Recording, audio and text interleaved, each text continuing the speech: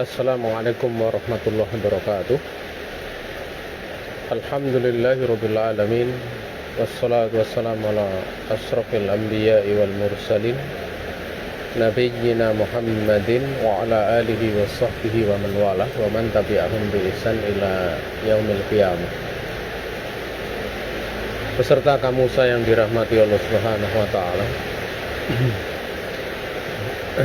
Tak lupa di awal kita memuji Allah Subhanahu wa taala, lebih-lebih dikala hujan seperti ini. Kondisi hujan adalah kondisi di mana doa di waktu hujan itu dikabulkan oleh Allah Subhanahu wa taala. Dan memang Nabi alaihi salatu wasallam menganjurkan untuk kita berdoa, Allahumma sayyiban nafi'an. Ya Allah, mudah-mudahan Kau menjadikan hujan ini hujan yang bermanfaat.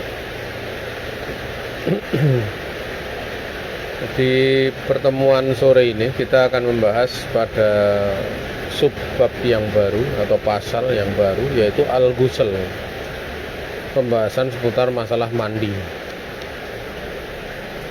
Dan mandi itu secara makna yang dimaksud mandi di sini mandi berkaitan dengan pengangkatan hadas ya, karena mandi itu ada yang mandi untuk menghilangkan sekedar kotoran, untuk menjaga kesehatan dan yang lain sebagainya.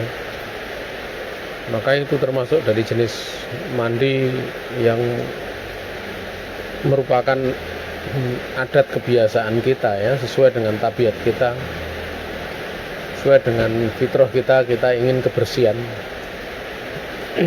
Adapun mandi yang dimaksud di sini adalah mandi untuk mengangkat hadas besar. Di sini yang disebut dengan mandi adalah wa ifadatul ma'i tahuri ala jami'il badani ala wajhin maksusin. Mandi adalah meratakan air yang suci, lagi mensucikan di seluruh badan dalam bentuk yang khusus. Itulah makna mandi. Sehingga dari makna itu sudah nampak manakala sudah merata ya, hadas itu akan hilang, hadas besar akan hilang, seperti junub ya, ataupun seorang dia berhenti haid, berhenti nifas dan yang semisalnya. Makanya diterangkan di situ mujibatul ghusli lil mar'ati, perkara-perkara yang mengharuskan mandi bagi seorang wanita. Perkara yang mengharuskan mandi seorang wanita itu yang dimaksud adalah perkara-perkara yang memang manakala perkara itu terjadi padamu, ukhtil muslimah, wajib alaikil ghuslu ala sifati syar'iyatil lati sanad buruha bima ba'd. Jadi perkara-perkara yang andaikan terjadi pada kamu, wahai saudaraku muslimah, maka wajib bagimu untuk mandi dengan sifat yang syar'i, yang mana sifatnya akan kami sebutkan setelahnya. Maka di antara sebab mandi atau hal yang mengharuskan mandi yang pertama itu adalah khurujul mani bisahwatin finnaum awil yaqidhah, yaitu keluarnya air mani dengan syahwat dikala tidur ataupun dikala bangun dari tidur, dikala sadar tidak tidur ya.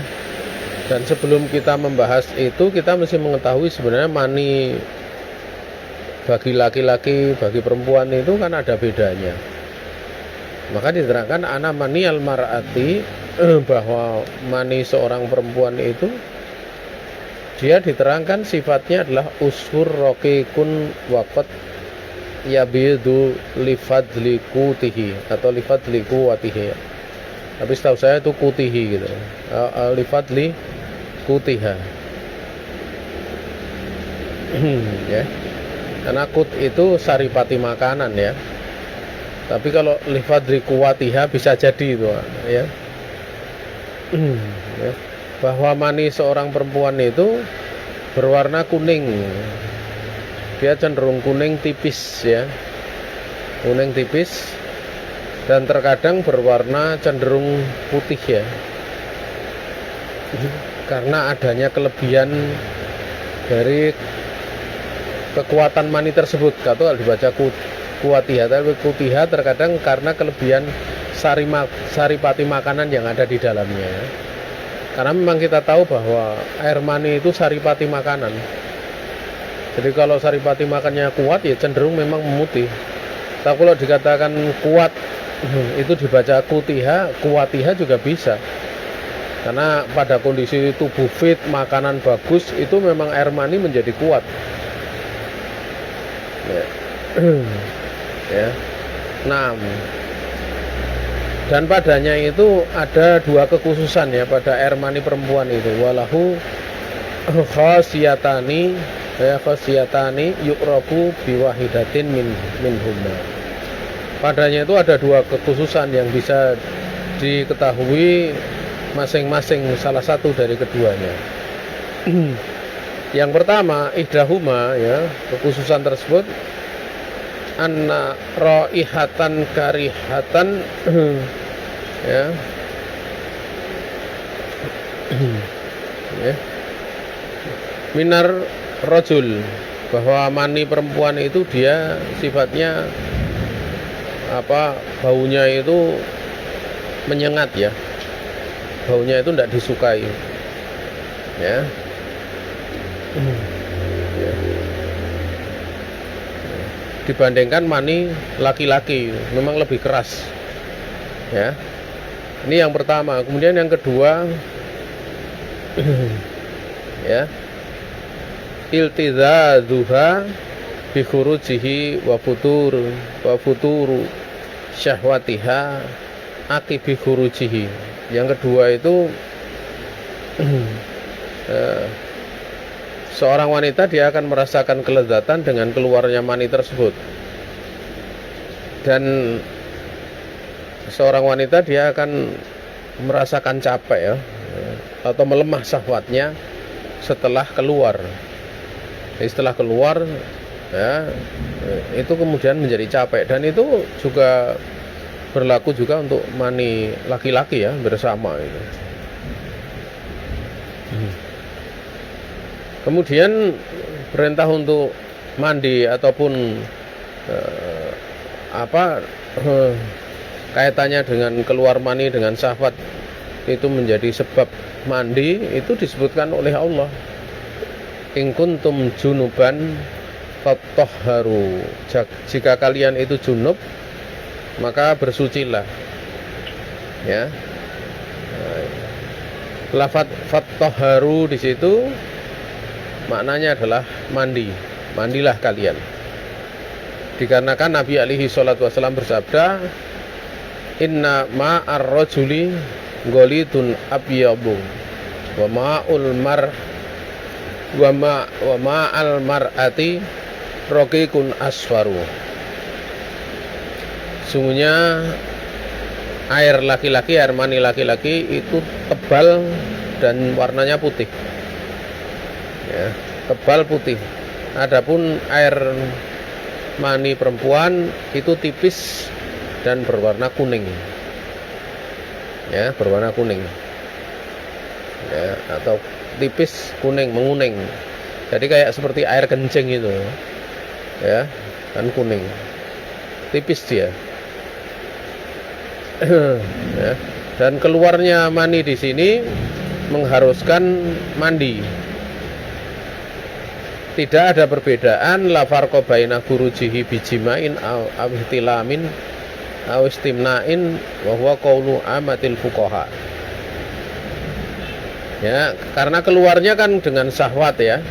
Itu tidak ada perbedaan keluarnya itu karena jima, karena mimpi basah, atau karena istimna, yaitu melakukan onani ataupun masturbasi ya. Ini adalah ucapan sebagian besar dari atau kebanyakan dari para ahli fikih ya, sebagaimana disebutkan di dalam kitab Al-Majmu' ya, juga dalam kitab Al-Mughni Demikian pula dalam kitab Al-Fathu yang dimaksud Fathul Bari, juga Nailul Autar. Artinya kebanyakan para ulama memang menyebutkan seperti ini, karena jima, ihtilam, mimpi, dan karena onani ataupun masturbasi. Didasarkan pada sabda Nabi alaihi salatu wasallam, innamal ma'u minal ma', sungguhnya air itu karena sebab air. Maksudnya air yang pertama adalah mandi. Sungguhnya mandi itu karena sebab keluarnya air mani, gitu. Ya, tentunya dengan syahwat, sebagaimana disebutkan oleh Allah ya di dalam Al-Quran, ya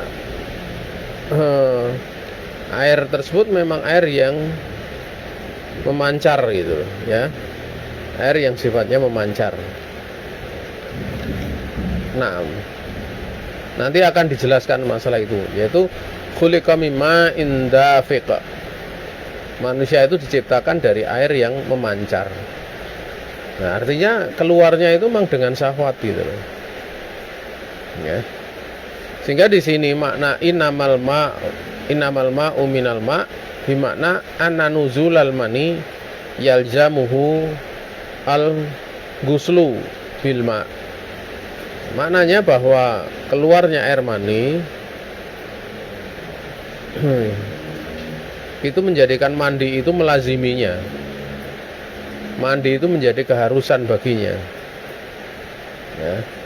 Dijelaskan di dalam sebuah hadis dari Ummu Salamah, ya, dikeluarkan oleh Imam Bukhari, Imam Muslim, wa an Ummi Salamata anha qalat, dari Ummu Salamah bahwa beliau berkata, Ja'at Ummu Sulaim, ya, imra'atu Abi Talhah ila Rasulillah alaihi salatu wasallam faqalat, ya Rasulullah, innallaha la yastahzi minal haq, hal al mar'ati min guslin idha hiya talamat.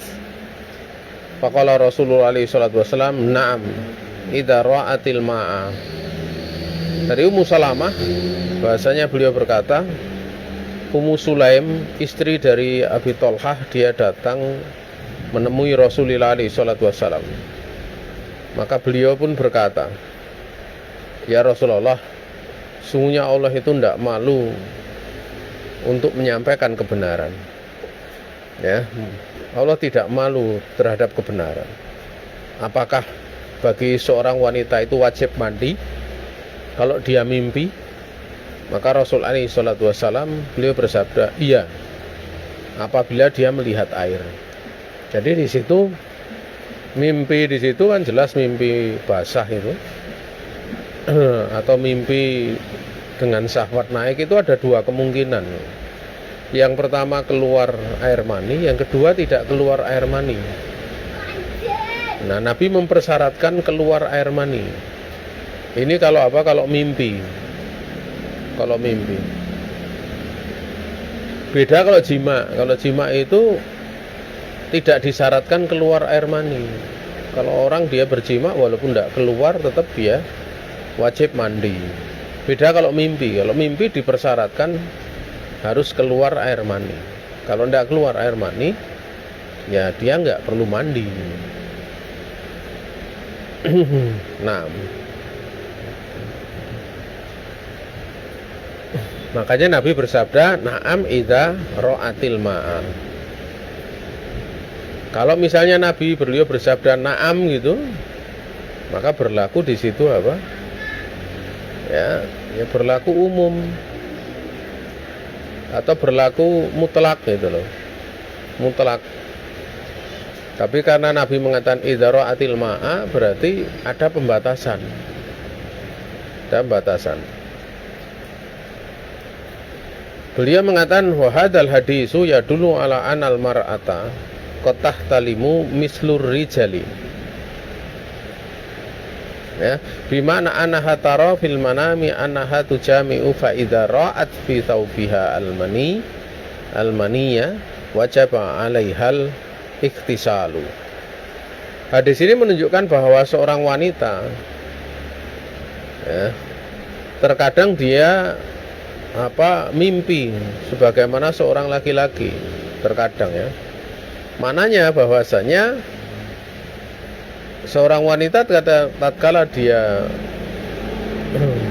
melihat di dalam mimpinya bahwa dia telah berjima, misalnya dalam mimpi berjima ya, maka apabila dia melihat di pakaiannya setelah bangun itu ada air mani, ya wajib baginya untuk mandi.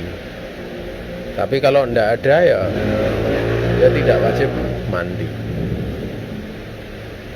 Ya. Nah, nanti ada keadaan-keadaan yang perlu untuk diperhatikan ya.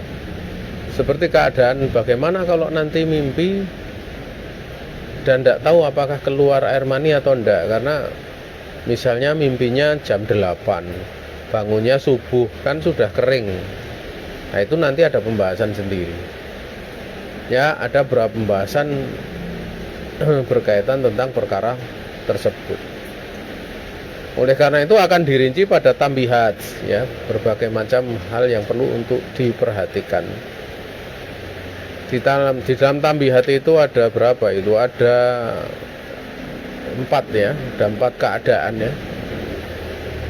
Yang pertama adalah idza kharajal maniyu minal mar'ah biduni sahwatin bal limaradin au nahwihi falaisa 'alaiha guslun. Indal jumhur khilafan li Syafi'i wa ibn Hazm wa yu'ayyidu qaulul jumhur ya, wa yu'azzidu qaulal jumhur qaulun Nabi alaihi salatu wasallam li Ali idza fadahtal ma'a faghtasil. Jadi apabila keluar air mani itu keluar dari seorang wanita tanpa syahwat ya, bahkan biasanya karena sakit atau semisalnya, maka tidak wajib mandi bagi wanita tersebut. Ini indal jumhur, menurut pendapat dari jumhur ulama, dan ini menyelisih daripada pendapat Asy-Syafi'i dan Ibnu Hazm ya. Dan yang menguatkan pendapat jumhur ulama itu adalah sabda Nabi pada Ali, diriwayatkan oleh Imam Abu Dawud, Imam Nasai dan Imam Ahmad, di mana Nabi bersabda kepada Ali, idza fadhta al-ma'a faghtasil. Ya. Jika engkau ini memecahkan maksudnya memancarkan ya, engkau mengeluarkan air itu dengan terpancar, faghtasil, maka mandilah kamu ya. Artinya mafhum dari hadis itu kalau enggak memancar berarti kan enggak perlu mandi gitu. Ya, enggak perlu mandi. Wala yakunu bihadhihi sifah illa idza kharaja bi syahwatin. Dan apa yang disebutkan oleh Nabi kepada Ali ini tidak akan terjadi, air itu terpancarkan dengan sifat tersebut, kecuali apabila keluarnya dengan syahwat. Sebagaimana Allah berfirman, khuliqa mimma inda makhluk manusia itu diciptakan dari air yang memancar. Ini yang poin alif yang pertama. Kemudian poin ba atau poin yang kedua ya, beliau mengatakan idza ra'at fi manamiha anahatu jami'u thumma asbahat walam tajid maniyan fala ghusla 'alaiha. Apabila seorang wanita melihat di dalam mimpinya bahwanya dia bermimpi, maksudnya bahwasanya dia berjima, kemudian tatkala bersubuh pagi dia tidak mendapati mani, dan itu yakin kalau dia nggak mendapati mani bukan karena lupa ragu, tapi memang benar-benar nggak dapati mani, maka tidak ada kewajiban mandi baginya ya. Karena memang di sini yang menjadi ukuran adalah wujudul ma', adanya air. Kemudian pada huruf jim yang ketiga,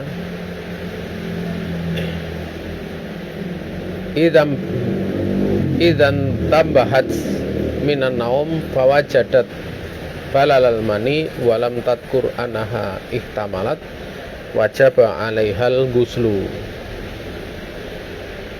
Jadi apabila ya dia sadar dari tidur, ternyata kemudian dia mendapati basahnya mani, makanya di celana atau di baju itu ada basah air mani, namun dia nggak ingat bahwa dia telah mimpi, maka wajib baginya itu al-ghusl, mandi. Kenapa? Ya karena tidur itu bukan letak keluarnya mani tanpa syahwat. Ya, yang diterangkan di dalam beberapa riwayat bahwa tidur itu menjadi letak yang dimaklumi akan keluar syahwat, keluar mani dengan syahwat. Karena ada sebab, yaitu ihtilam, mimpi basah. Mimpi gitu loh. Ya.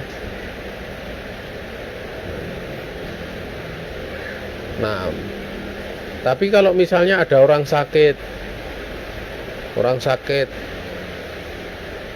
atau orang kecapean luar biasa, kemudian dia tidur keluar air mani, ya ini jadi masalah kan.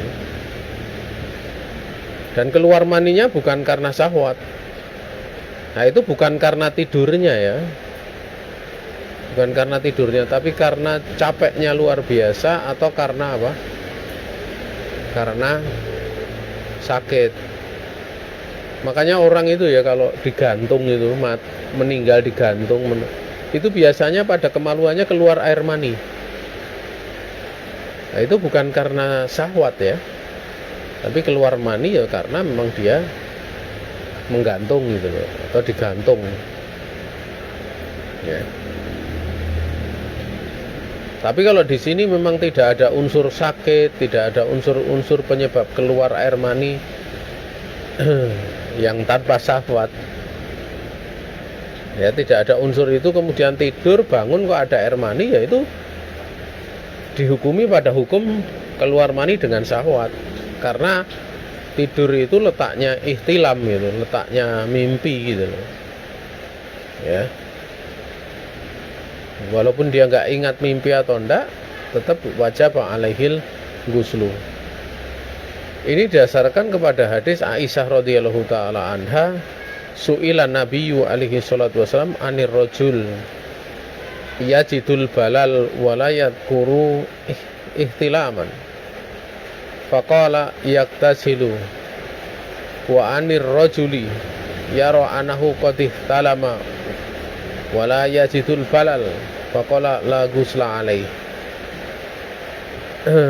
Aisyah radhiyallahu ta'ala anha, beliau berkata, Nabi ditanya tentang seorang laki-laki yang mendapati basah di celananya, di bajunya, namun dia nggak ingat mimpi. Ya, nggak ingat mimpinya, maka Nabi bersabda yaktasilu, dia wajib mandi. Dan beliau ditanya tentang seorang laki-laki yang melihat bahasanya benar-benar dia mimpi tapi tidak mendapati air, tidak mendapati basah, maka Nabi bersabda la ghusla alaihi, tidak ada kewajiban mandi untuknya. Nah, ini yang keberapa? Yang ketiga. Yang keempat adalah idza ra'at fi thawbiha al-maniyya. Ada seorang wanita melihat di pakaiannya itu mani. Ya, dia melihat mani. Ya. Namun dia tidak tahu, walam ta'lam waqta husulihi. Dia tidak tahu kapan air mani itu ada di situ, itu keluarnya kapan tidak tahu. Ya. Wa kanat qad salat, dan sungguh dia telah salat. Maka dalam kondisi seperti itu fazal zamuha i'adatus shalah min akhiri naumatin laha. Maka melazimi dia, mengharuskan dia untuk mengulangi sholat ya pada tidur terakhirnya dia. Artinya dia hukumkan pada kapan dia terakhir kali tidur ya, kemudian dia ngulangi sholat di waktu tersebut.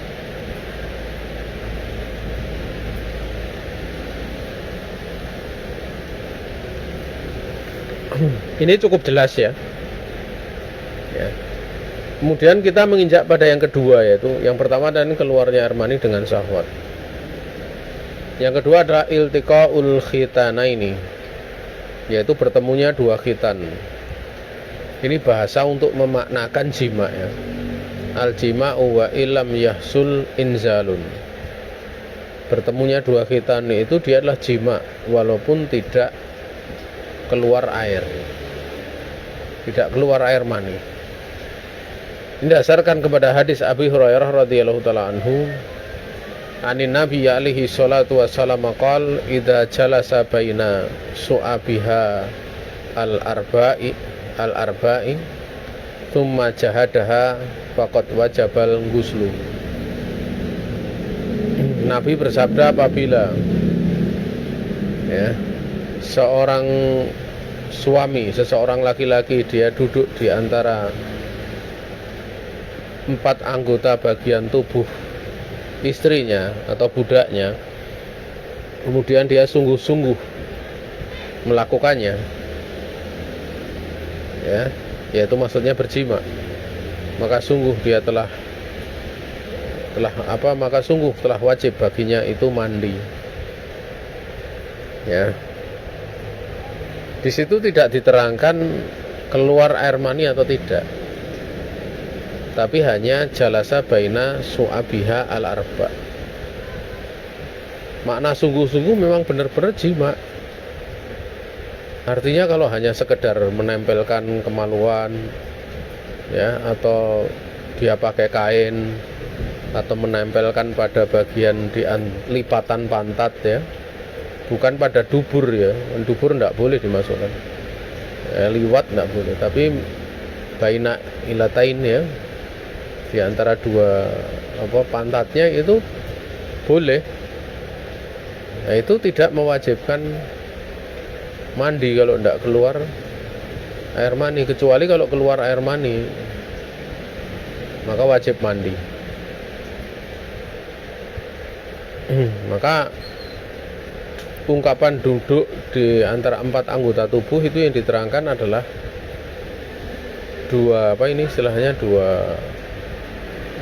tangan dan dua lengan dan dua paha, atau bagian ini pangkal tangan itu namanya bahu, pangkal lengan ya, dua pangkal lengan dan dua paha atau pangkal paha. Nah, itu adalah bahasa gambaran daripada jima ya. Karena ini pembahasan seputar masalah ilmu ya, seputar masalah ilmu. Ini pembahasan seperti itu dengan bahasa-bahasa kinayah ya. Itu bahasa yang menjadikan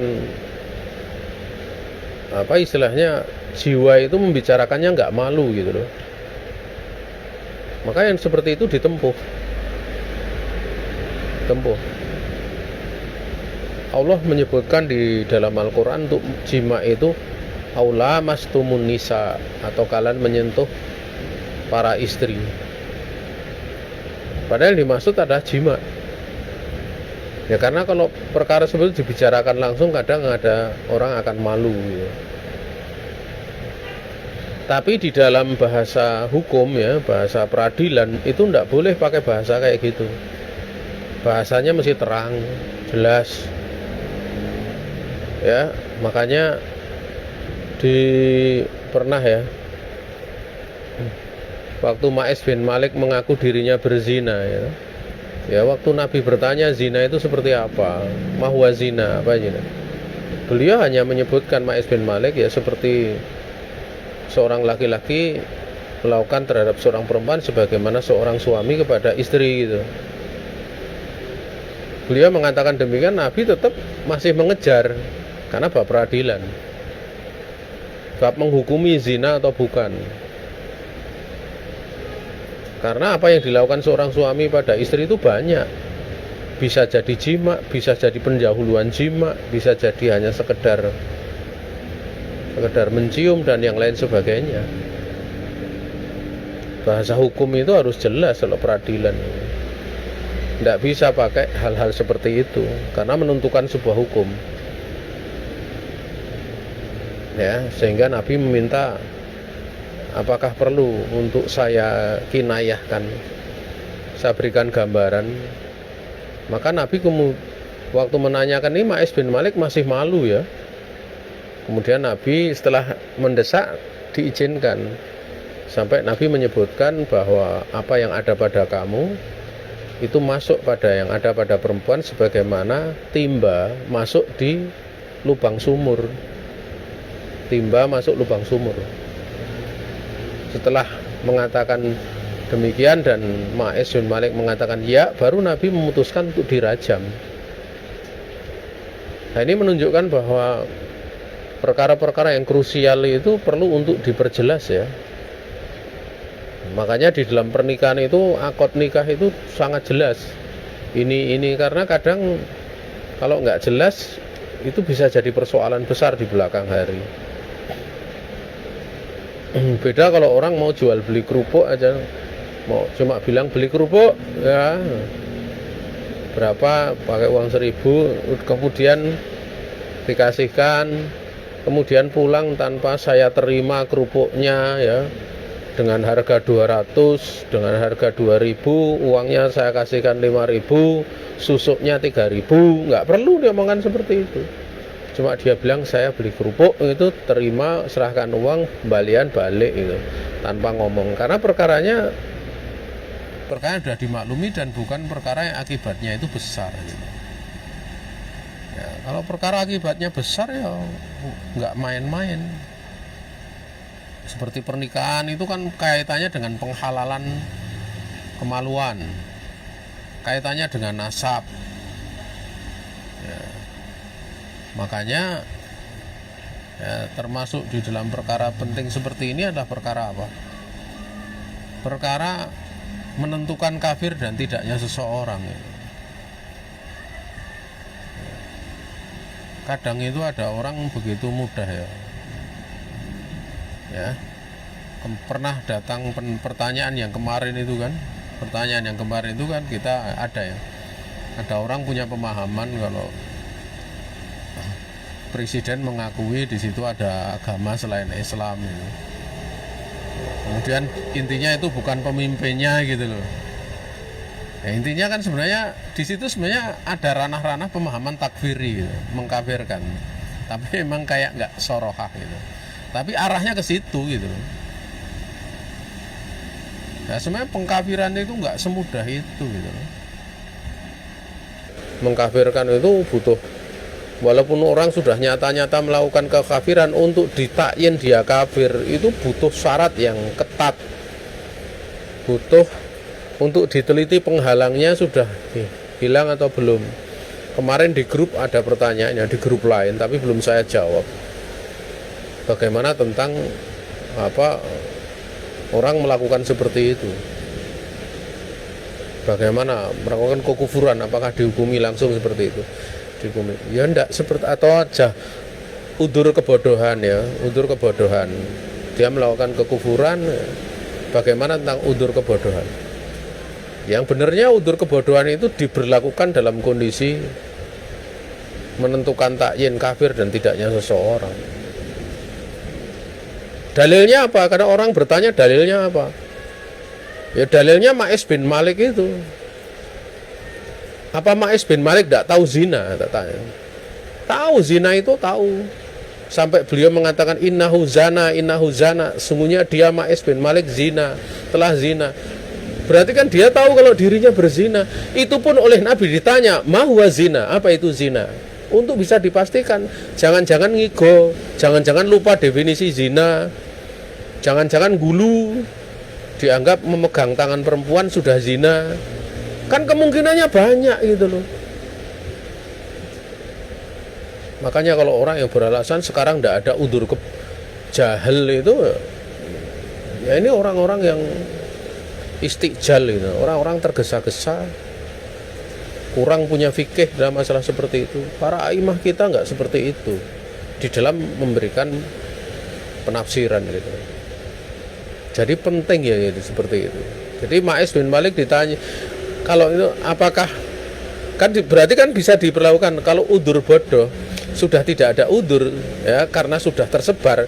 Nah, Ma'is bin Malik juga tahu kalau zina itu haram, definisi zina juga tahu, tapi toh oleh Nabi masih ditanya ma huwa zina. Berarti kan tidak langsung diterapkan karena sudah pinter maka sudah tersebar maka tidak ada udzur kebodohan, dihukumi langsung, berarti langsung kafir ya. Itu orang-orang yang nggak punya apa ya, nggak punya sifat rahmat ya, menyayangi ya.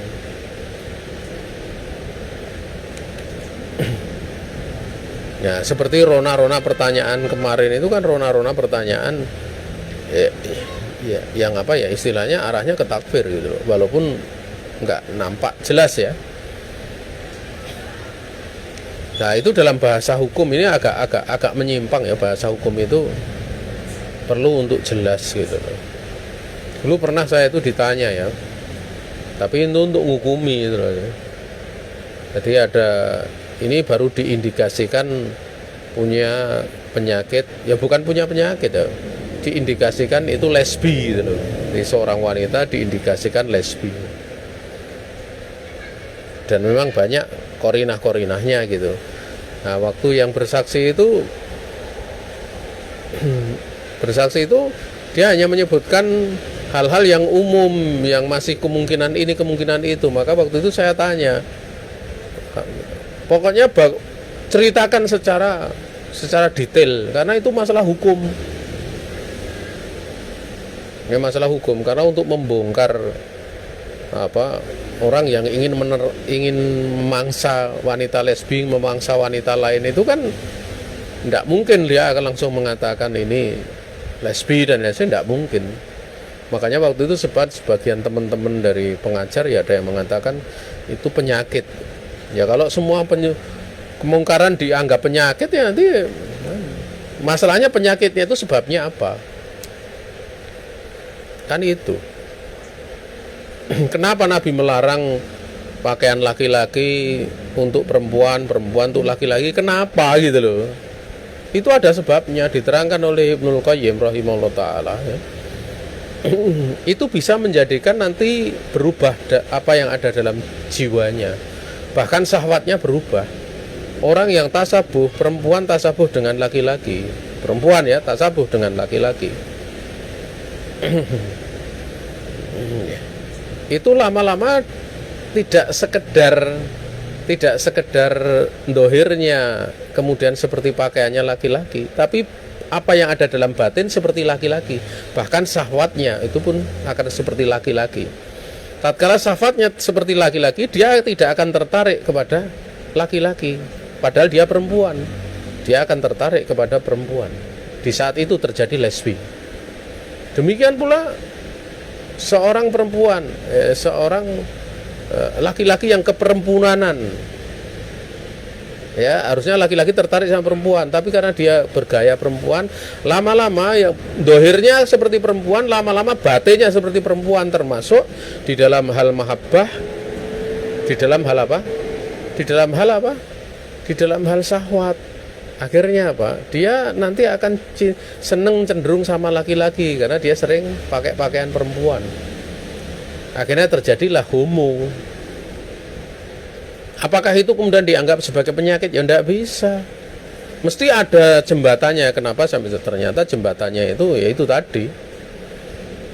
Dia ada seorang perempuan sering bergaya seperti lelaki. Ya. Sering bergaya seperti laki,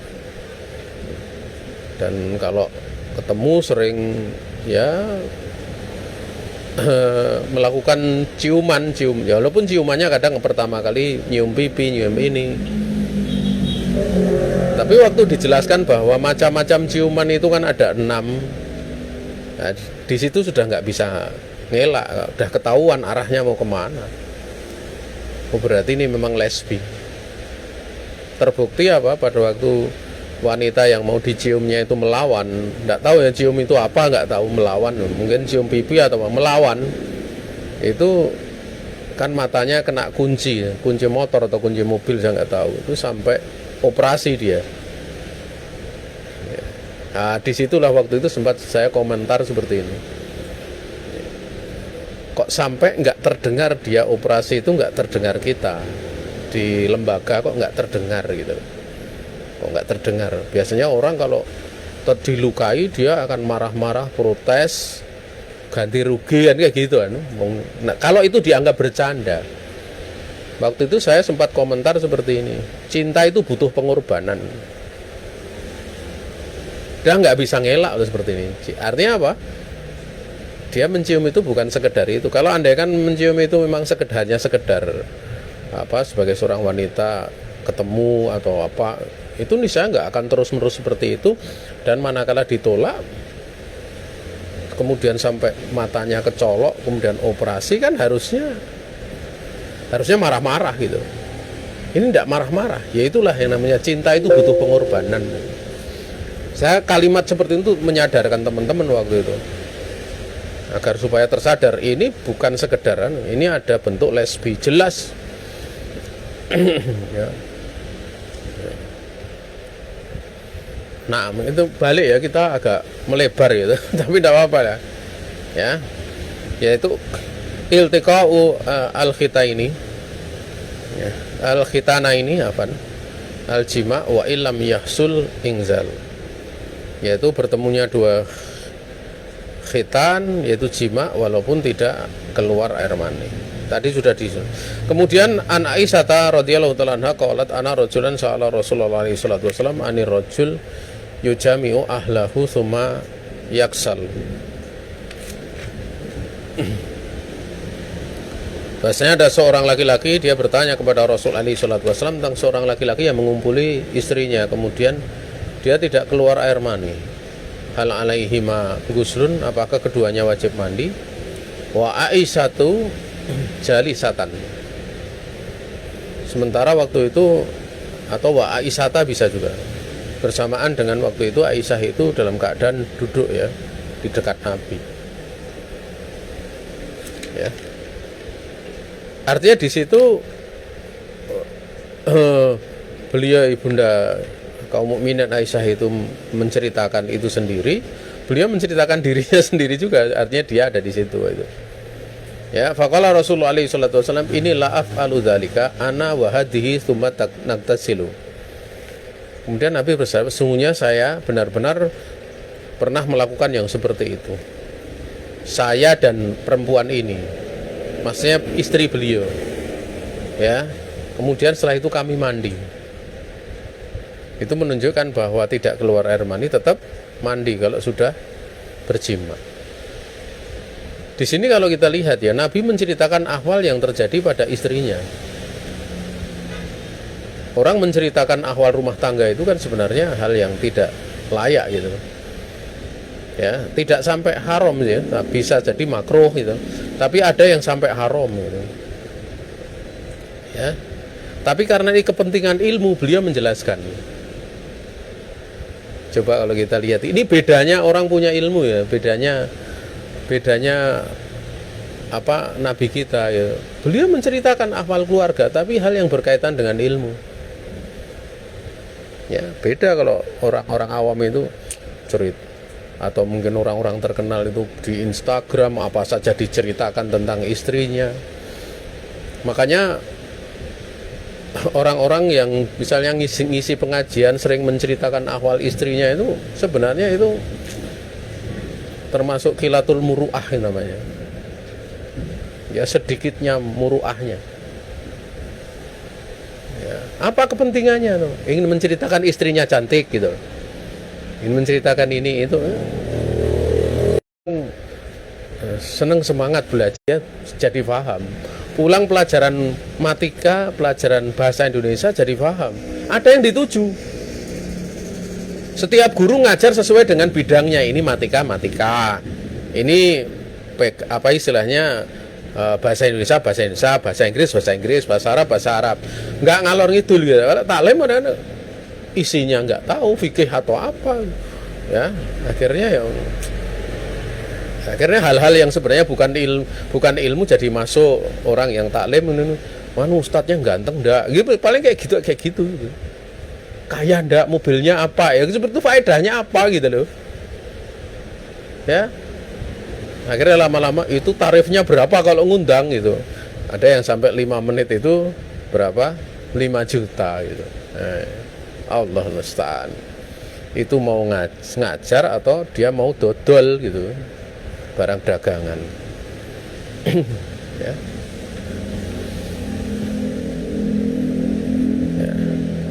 Beliau mengatakan waqad afadat hadil ahadisu wa ghairuha madhahaba ilaihi jumhuru ahli ilm min anahu idza ghabat hasfatu dzakari fi farjil mar'ati fa inna hadza yujibul ghusla 'ala rajul wal mar'ah sawaun anzala aw lam yunzila ya.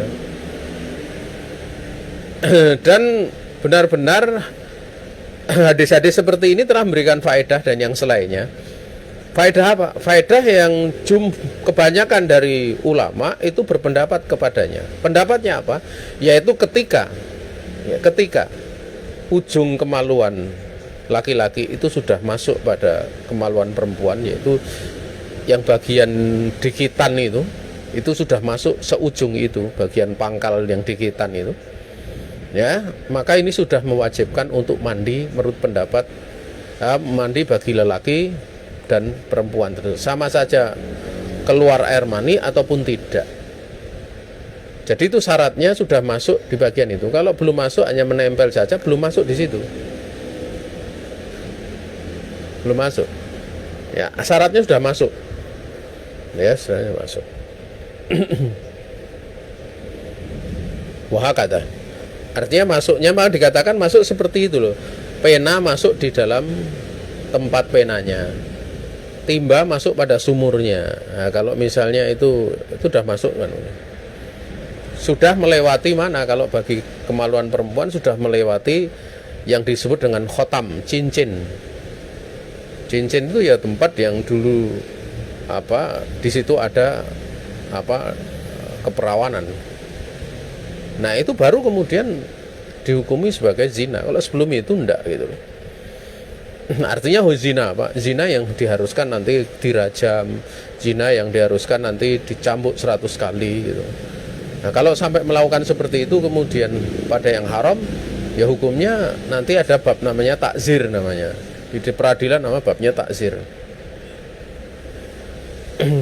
Nah, qala Nawawi rahimahullah taala fi syarhi Muslim, wa hadza la khilafa fihi al-yaum wa qad kana fihi khilafun li ba'di sahabah wa man ba'dahum thumma in aqada al-ijma'u alama zakarnahu. Berkata Imam Nawawi, perkara ini tidak ada khilaf. Di dalam perkara ini pada hari ini tidak ada khilaf. Hari ini sudah tidak ada khilaf, artinya sudah ada ijma gitu loh. Jadi kalau jima keluar mani ataupun tidak, dia wajib mandi. Ini sudah tidak ada khilaf, ijma umat ini. Artinya tidak boleh berpendapat dengan pendapat lain karena sudah ijma. Walaupun hal ini terjadi khilaf pada sebagian sahabat ya, dan juga orang setelahnya. Namun setelah itu terjadi ijma di atas apa yang telah kami sebutkan. Ya. Kalau sudah terjadi ijma seperti itu, tidak boleh ya untuk berpendapat dengan pendapat lain. Ini saja yang bisa disampaikan. Besok kita bahas tentang fawaid ya. Silahkan kalau ada pertanyaan, atau sebelumnya kami kembalikan kepada pembawa acara.